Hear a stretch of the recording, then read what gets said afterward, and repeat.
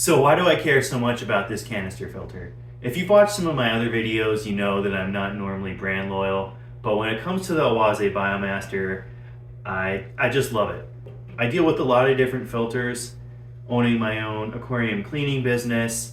That's what I do on a regular basis. I go to people's homes and businesses and I clean their aquariums.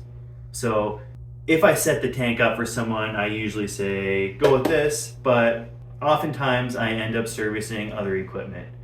And so what sets this canister filter apart from all the other ones on the market is the pre-canister sponges. So you can take this out. I'll show you in just a sec how to do maintenance on this.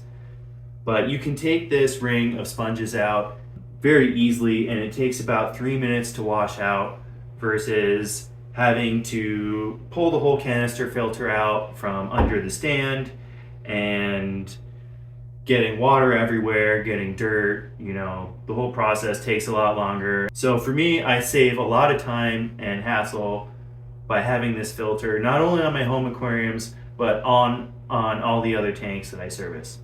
Some other things that I really love about this filter, it's got a heater built into it. There's 2 different versions. You can buy the standard or the thermo, and the thermo isn't really much more than the price of a filter added onto this. And even if you don't buy that, you have the option to upgrade it. It's got a little cap here, you can unscrew that, and it comes with the adapter bit. If not, you can buy one online pretty cheap and stick a heater in there. The last thing that I really love about this filter is that it's just built really solid.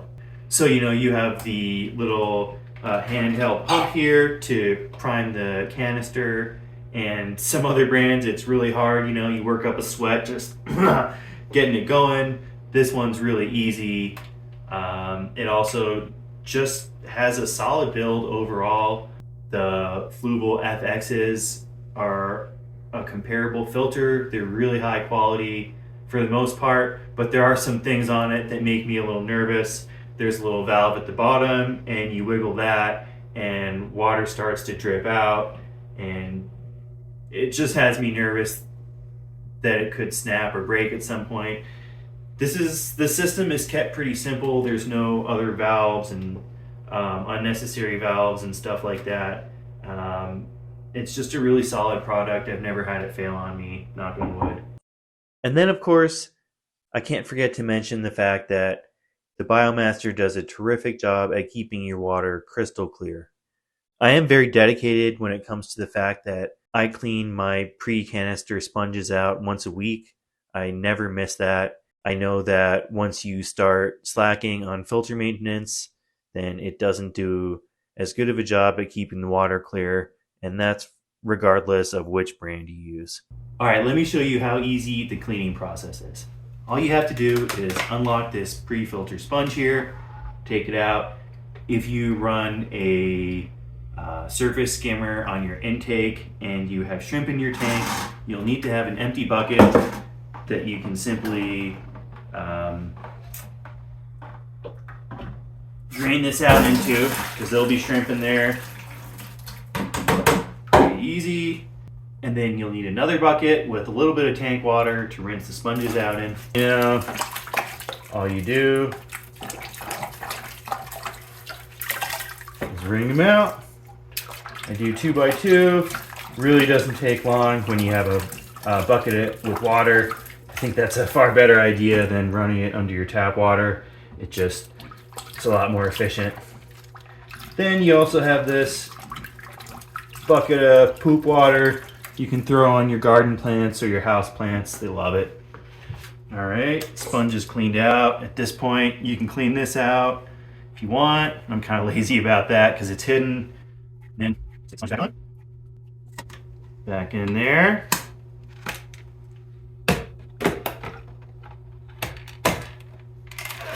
And that's it. As far as the innards go, this is a pretty typical canister filter. Pull this out, and then you have some sponge. It comes with plastic filter components, the little plastic bio balls, but I really don't like that, so I replaced it with lava rock and ceramic rings. Kind of just whatever I have on hand. But yeah, it's been about a year since I've washed this out. You know, I do the pre-canister sponges once a week, but let's just see how my fine sponge looks here. Rinse it out in some water, see how dirty it is, just to give you a gauge of how efficient those pre-canister sponges are. All right, so let's see how dirty this fine sponge is. Barely anything is coming off of this. Considering I haven't had to clean this main chamber out for a year, I'd say that's really, really impressive.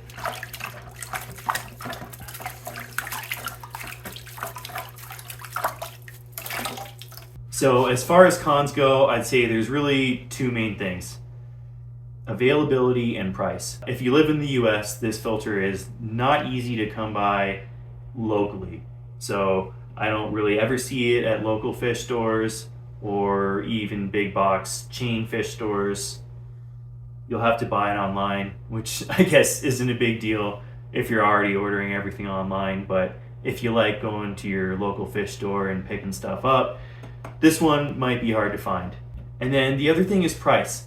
This isn't the cheapest canister filter, but considering that it's a high quality build and it's got some extra features, I think it's not outrageously priced. It's in a similar price bracket to the fluval canister filters, which are available everywhere, but lack some of these features that this filter has. So overall, if you have a little bit of extra money to spend and you're looking to save some time and hassle on your maintenance schedule, then this filter is really an item that you should consider getting. I'll leave a link in the description so you can hop online and buy one. Thanks a lot for watching, everyone. Make sure to hit that sub button if you learned anything today. Until next time, see ya!